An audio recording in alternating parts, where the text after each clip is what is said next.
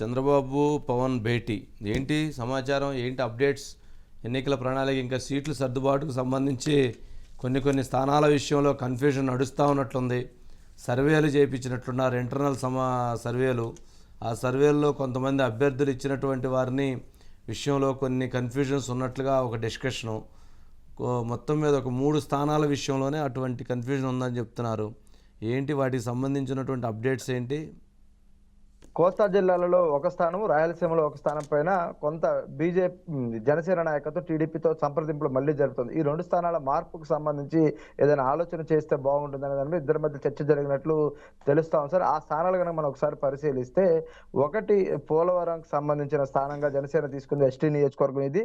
అది ఒకటైతే, రెండవది రైల్వే కోడూరు అంశం కూడా కొంత తెర మీదకు తాజాగా వచ్చింది ఇక్కడ అభ్యర్థుల ఎంపిక విషయంలో. ఇక తిరుపతి విషయంలో అయితే జనసేన పోటీ చేయాలి, కానీ ఆ పార్టీ నుంచి బలమైన అభ్యర్థికి అవకాశం ఇవ్వాలనేది ఒక చర్చ. ఎందుకంటే ఇప్పటికే ఆర్ఎన్ శ్రీనివాసులకి అవకాశం ఇచ్చినప్పటికీ ఆయన నాయకత్వాన్ని స్థానికంగా ఉన్న నేతలు ఏకాభిప్రాయం రాకపోవడంతో ఈ అంశాలపైన కొంత డిస్కషన్ తో పాటు ప్రచారం ఎక్కడి నుంచి ఎవరు ప్రారంభించాలి, ఎలా ముందుకు వెళ్ళాలి, ఈ రూట్ మ్యాప్ కు సంబంధించిన అంశాలపైన కూడా కొంత డిస్కషన్ జరిగినట్లు తెలుస్తోంది. ఎందుకంటే 26 నుంచి చంద్రబాబు ప్రజల్లోకి రాబోతున్నారు. ప్రజాకాలం పేరుతో కొన్ని సభలు నిర్వహించాలని, అదేవిధంగా రోడ్డు షోలు, ఎన్నికల బహిరంగ సభలు రోజు 2 నుంచి 3 ఉండేలాగా ఆయన ఒక 20 రోజుల పాటు 60 నియోజకవర్గాలు తగ్గకుండా ఒక ప్రణాళిక వేసుకుని ముందుకు వెళ్తా ఉన్నారు. ఇక జనసేన అధినేత పవన్ కళ్యాణ్ కూడా ఈ నెల చివరి వారం నుంచి కూడా వారాహి వాహనం మీద నుంచి ఉత్తరాంధ్ర నుంచి కానీ కోస్తా జిల్లాల నుంచి కూడా ఎన్నికల సమర శంఖారావాన్ని ప్రారంభించాలనేది ఆయన ఆలోచన. ఆయన కూడా రోజుకి 2 సభల్లో పాల్గొనేలాగా ప్రణాళికలు సిద్ధం చేస్తున్నారు. అయితే ఒకవైపు చంద్రబాబు, ఒకవైపు పవన్ కళ్యాణ్ విడివిడిగా చేస్తూనే తిరిగి మళ్ళీ ఉమ్మడి సభలకు సంబంధించిన రూట్ మ్యాప్, అంటే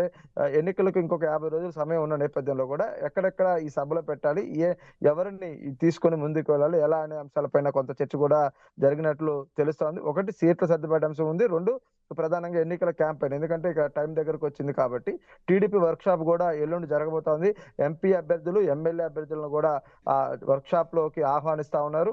ఈ నేపథ్యంలో రేపు సాయంత్రం కనుక మిగిలిన 16 అసెంబ్లీ స్థానాలు, ఈ 17 అసెంబ్లీ స్థానాల సమయం స్పష్టత కనుక వస్తే ఎల్లుండి ఉదయం వీరందరినీ కూడా హాజరు అయ్యి అక్కడ వర్క్ షాప్ లో పాల్గొనే అవకాశం ఉంది. ఉదయం నుంచి సాయంత్రం వరకు కూడా షెడ్యూల్ ఇచ్చారు. వివిధ రూపాలలో వాళ్ళకు ఒక అవగాహన కల్పించడంతో పాటు ఒక లీగల్ టీము, ఒక సోషల్ మీడియా టీము, అదేవిధంగా మీడియా సహకారానికి అవసరమైన మీడియా మేనేజ్మెంట్ కి సంబంధించిన ఇది అట్లా రకరకాల వింగ్స్, మొత్తం ఒక 5 రకాల వింగ్స్ ను కూడా ఏర్పాటు చేసి వారిని కూడా పిలిచి అనుసంధానం చేసి ఈ వర్క్ షాప్ జరుగుతా ఉంది. చంద్రబాబు హాజరవుతారు.